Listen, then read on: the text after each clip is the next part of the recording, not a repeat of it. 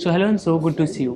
Hi, thank you for having me. And how are you? I am good. How are you? All good.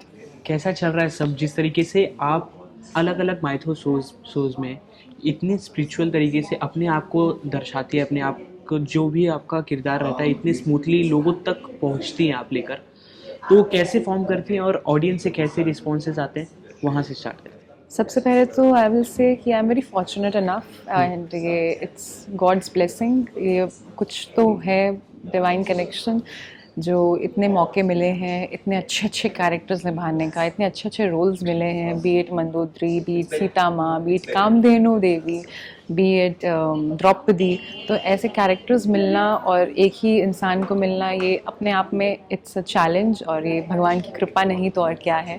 और जब ये लोगों को इतना पसंद आता है तो मुझे लगता है कहीं ना कहीं जो मेरी मेहनत है, जो मेरी रिसर्च है, हार्ड वर्क है, वो ऑडियंस तक पहुंच रही है, उनके दिल को छू रही है और अप्रिसिएशन मिल रहा है। और क्या चाहिए एक्टर हैं? को। बिल्कुल। अभी आपका एक प्ले चल रहा है हमारे राम, जिसमें आप सीता का किरदार निभा रही हैं। वो प्ले के बारे में कुछ बताइए और अभी कैसा चल रहा है और किस मार्ग पे हैं अभी, कौन से रोल पे, किस वहाँ इसका मंचन जो है 226 शोज़ हम कर चुके हैं। It's a live theatre show जो अपना 3 घंटे 20 मिनट का नाटक है।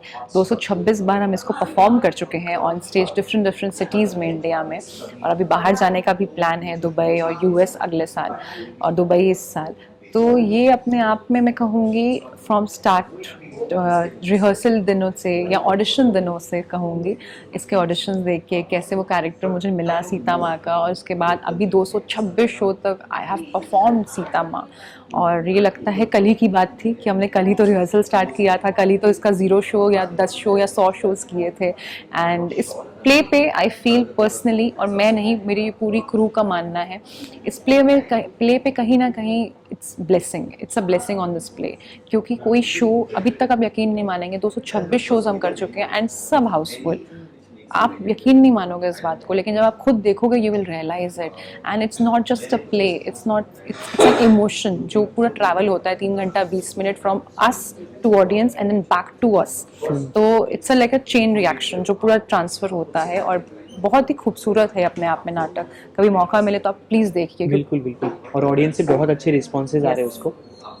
हलिन जी, आपसे ये जानना चाहेंगे कि आप 11 साल थिएटर सीखे और अब टेलीविज़न करने के बाद, लोगों के दिलों तक छूने के बाद, as a professionally theatre play जब कर रही हो आप, माता सीता का किरदार निभा के, वो कैसा डिफरेंसेस लगता है जब एक थिएटर पे सीखना स्टेज पे और सीख कर अपने आप को एक आर्टिस्ट की तरह थिएटर पे लेके जाना और लोगों तक पहुंचना, वो डिफरेंसेस आपसे जानना चाहिए। थिएटर और कैमरा की पूछ रहे हैं आप, तो बेसिकली थिएटर तो मेरा स्कूल है जैसा मैं कहती हूँ, क्योंकि थिएटर ने मुझे बहुत कुछ सिखाया है।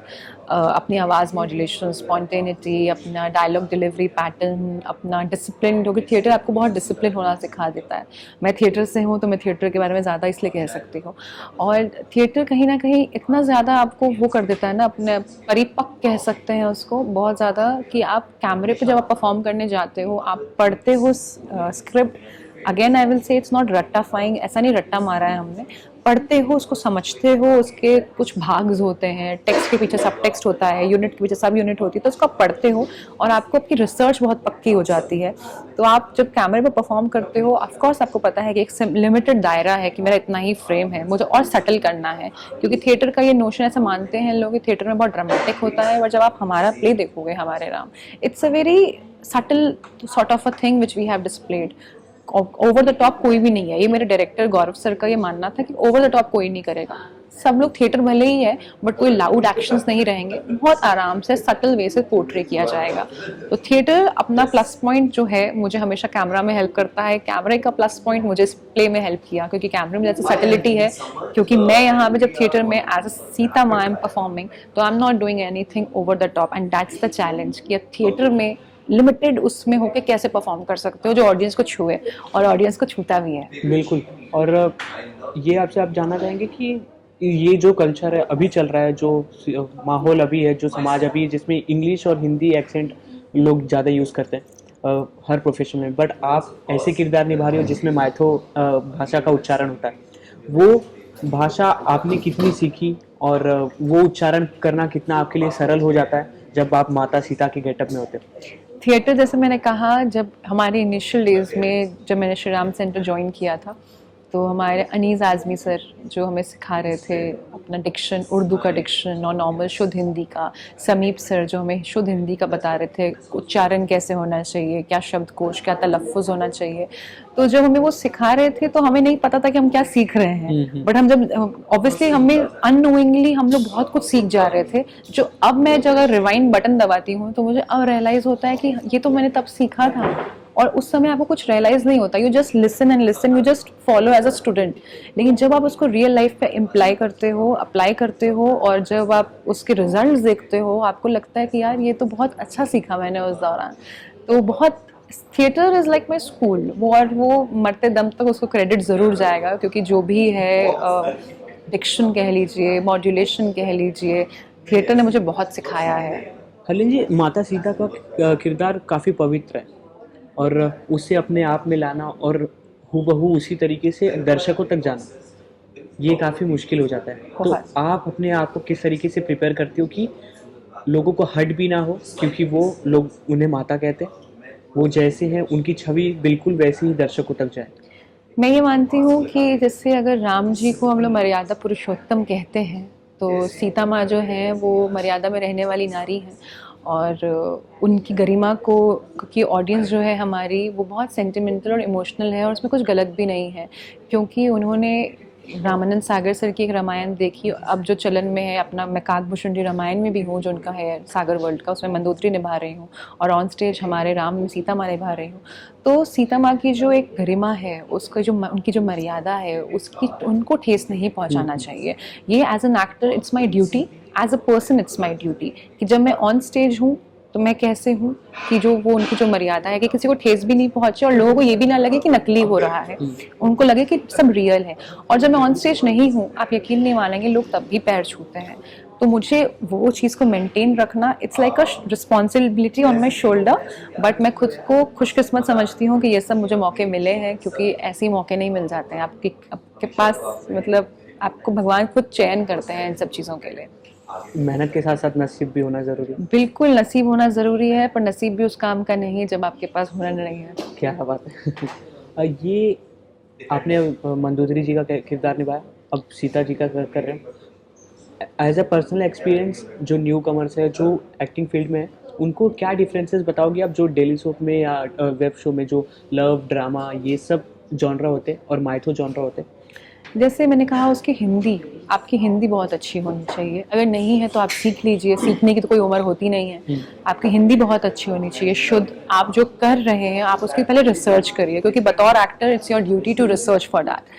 तो आप रिसर्च करिए सबसे पहली बात उस कैरेक्टर के लिए। और सोशल डेली सोप का एक अलग गेटअप होता है, इसका अपना एक अलग सेटअप होता है, इसका अलग अटायर होता है, अलग आउटलुक होता है, तो उसको आप कैसे फॉलो करेंगे वो आपको थोड़ी रिसर्च करनी ज़रूरी होती है एज एन एक्टर। और बाकी तो डायरेक्टर्स क्रिएटिव्स हैं ही आपको बताने के लिए, पर सबसे इम्पॉर्टेंट है, गेटअप भी आ जाएगा, लुक भी आ जाएगा, पर सबसे इम्पॉर्टेंट है जब आप बोल रहे हैं तो वो, जब आप हिस्टोरिकल अपना कुछ बोल रहे हैं, ऐसे कैरेक्टर्स बोल रहे हैं पोएटिक वर्ड्स में, जैसे मंदोदरी, सीता मैया, द्रौपदी या कामधेनु देवी, तो वो लगना चाहिए कि वो पर्टिकुलर कैरेक्टर है, और उसमें वो एक्सेंट नहीं आना चाहिए जो हिंदी वाला आता है। और जब सोशल कर रहे हैं या वैसा कर रहे हो, जब उसमें रिक्वायर्ड है तो you should be a versatile performer, कि आप जब चाहें वो बटन दबाएं और आप वैसा परफॉर्म करें।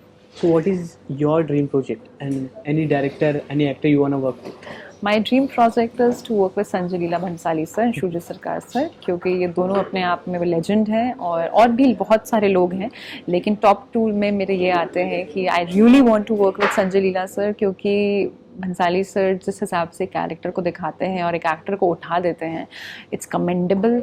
एंड उनके साथ काम करना इट्स लाइक अ मास्टरपीस, और मतलब मैजिक के साथ काम करना, जो मैजिक होता है उनके हाथों में, उनके ब्रेन में, ही नोज इट ऑल। तो ऐसा मौका कौन नहीं चाहेगा, मैं तो बिल्कुल चाहती हूँ।